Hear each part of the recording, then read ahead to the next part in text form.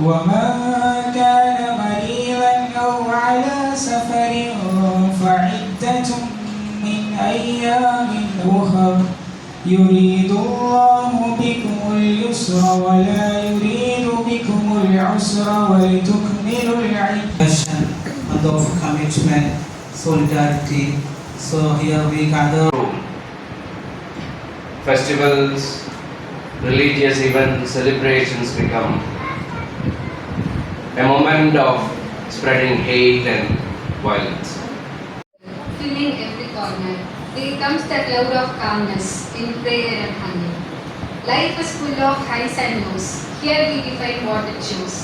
Heal the wounds with every bow and the heart ready to love. Dates and water we are full, taste of sins washed away. As the moist spread through rain.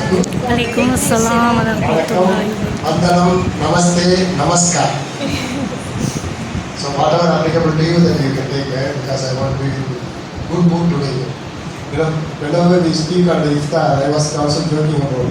அது ஏன்னா இந்த இஃப்தார் நாட்டில் கூப்பிட்டு நம்ம வேறு பேச வைக்கிறாங்களே தெரிய மாட்டேங்குது. ஏற்கனவே ஒரு சோதனை இருந்தால் அதுக்கு பெரிய சோதனை உட்காந்து கேட்டுட்டு இருக்கிறவங்க அதோட சோதனை எப்படாலும் உட்காருவோம் அப்படிங்கிறப்ப sir I will not take much of the time. I don't know which one of the languages I have to speak. I do not know Urdu or Arabic or anything. ஆனால் இங்கிலீஷில் பேசினா கூட எவ்வளோ தப்பாக பேசினா யூனிவர்சிட்டியில் உட்காந்துருக்கீங்க அதனால் மரியாதையாக கொஞ்சம் Tamil பேசிடுமா?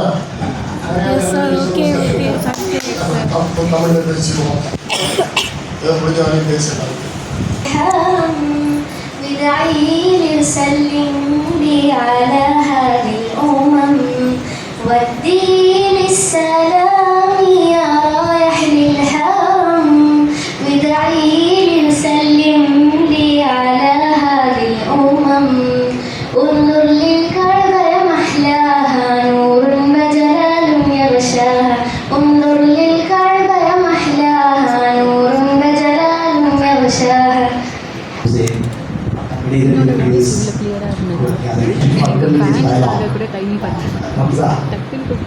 So I have 2 pages. I'm not going to read now. No, I just got this as a backup. I remember when I was growing up as a child in a village, a small town rather, very close to where Dr. Sarvam's ancestors come from, Chettinad area, Kalikudi. I lived in a town called Tirupattur.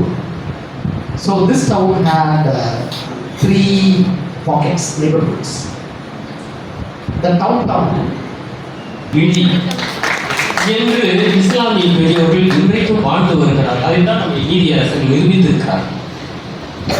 அது மட்டும் இல்லை, அவங்க சொல்லும் பொழுது கர்ணன் கதையெல்லாம் சொல்லி சொன்னாங்க. மனவேடு என்று சொன்னாங்க. சீதகாதி என்ற ஒரு வள்ளல் உங்களுக்கு தெரியும், படிச்சிருப்பீங்க. வள்ளல் என்ற அந்த பரம்பரை அற்றுப்போகக்கூடிய ஒருவர் சீதகாதி. அந்த இதுவரைக்கும் வள்ளலே என்ற அந்த இஸ்லாமியத்தில் பெருஞ்செல்வங்களை எல்லாம் அழித்து சென்றவர் சீதகாதி என்று ஒரு செய்தி ஒன்று சொல்லுவார்.